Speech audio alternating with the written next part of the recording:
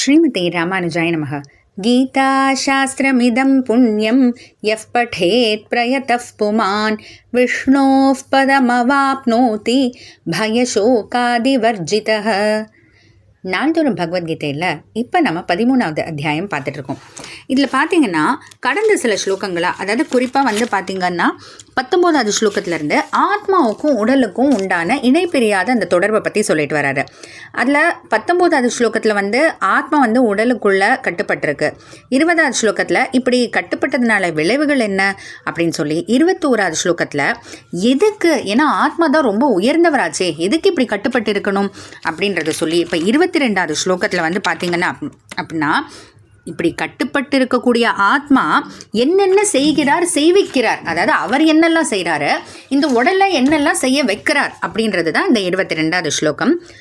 உபத்ரஷ்டானுமந்தாச்ச பர்த்தா போக்தா மகேஸ்வரஹ பரமாத்மேதி சாப்யுக்தஹ தேஹேஸ்மின் புருஷஃ பரஹ.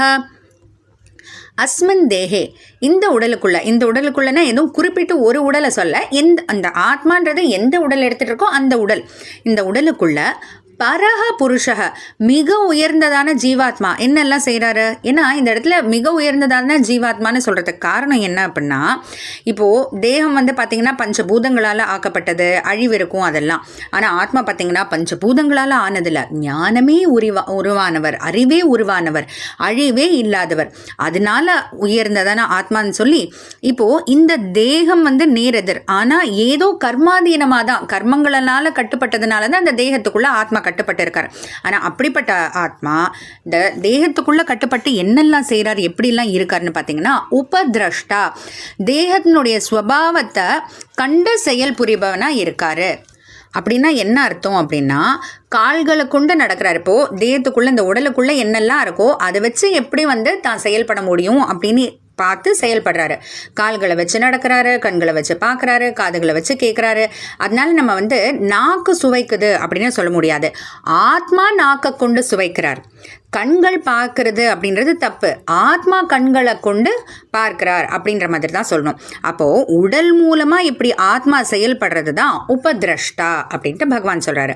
அடுத்து வேறு என்னெல்லாம் செய்கிறாருன்னு பார்த்தா, அனுமந்தாச்ச, ஆத்மா தன்னுடைய நினைவாலேயே, தன்னுடைய நினைவாற்றல்னாலேயே உடலை செயல்கள் செய்ய தூண்டுகோலாக இருக்காரு. ஏன்னா இப்போ கை எதையாச்சும் ஒன்று எடுக்கணும் அப்படின்னா கையாக எடுக்காது, ஆத்மா முதல்ல நினைக்கணும், அதை எடுக்கணும்ன்ட்டு நினச்சி அந்த கையை அது மாதிரி செய்ய வைக்கிறாரு. அது போல கால்களை செய்ய வைக்கிறாரு, அது மாதிரி. அதனால எல்லாத்துக்கும் தூண்டுகோலாக அவர் தான் இருக்காரு. பர்த்தா, உடலை தாங்குறவராகவே அவர் தான் இருக்காரு. ஏன்னா இவ்வளோ பெரிய உடல் இருக்கு இல்லையா, ஆனால் அந்த சிறிதளவு இருக்கக்கூடிய அந்த ஆத்மா தான் இவ்வளோ பெரிய உடலை தாங்கி கொண்டு இருக்கார். போக்தா அப்படின்னா இப்போ உடல் செய்யக்கூடிய விஷயங்கள் எல்லாம் அதனால சில விளைவுகள் உண்டாகும் இல்லையா. ஏன்னா இப்போ ஒன்றும் இல்லை, நெருப்பை தொட்டுட்டோம்னா சுடும், அதனால ஒரு துன்பம் ஏற்படுது. இல்லை ஏதோ இனிப்பாக சாப்பிட்டுட்டோம் அப்படின்னா நல்லா அதுக்கு நமக்கு பிடித்தமாக இருக்குது, அப்போது ஒரு மகிழ்ச்சி ஏற்படுது, இன்பம் ஏற்படுது. அதனால் அந்த உடல் செய்யும் செயல்களால் உண்டாகக்கூடிய இன்ப துன்பங்களை அனுபவிக்கிறவர் ஆத்மா தான். அதனால போக்தா. மகேஸ்வரக அப்படின்னா மகேஸ்வரகன்னா நம்ம கடவுளை குறிக்கக்கூடிய சொல். ஆனால் இங்கே எதுக்கு ஆத்மாவுக்கு அதை யூஸ் பண்ணுறோம் அப்படின்னா, இந்த உடலை அவர் தான் ஆட்சி செய்கிறார் இல்லையா. ஏன்னா இப்போ கையோ காலையோ கண்ணையோ எல்லாத்தையும் செய்விக்கிறவர் அவர் தானே. அதனால உடல்ல ஆட்சி செலுத்தக்கூடியவர், நியமிப்பவர்ன்றதுனால மகேஸ்வரக. அடுத்து பரமாத்மா இத்திச்ச அபியுக்தக, பரமாத்மானு கூட இவரை சொல்கிறாங்க. அப்படின்னா பரமாத்மானா உடனே இவர் பகவான் ஆகிட மாட்டார். ஏன்னா நம்ம இந்த 4 ஸ்லோகங்களாக உடலையும் ஆத்மாவை பற்றியும் மட்டும்தான் பேசிகிட்டு இருக்கோம்.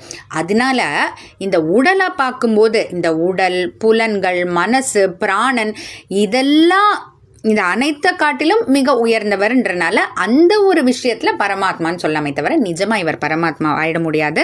அதனால இதெல்லாம் நம்ம இப்போது கடந்த ஸ்லோகங்களில் ஆத்மாவுக்கும் உடலுக்கும் உண்டான இணைப்பிரியாத தொடர்பை பார்த்துட்டோம்.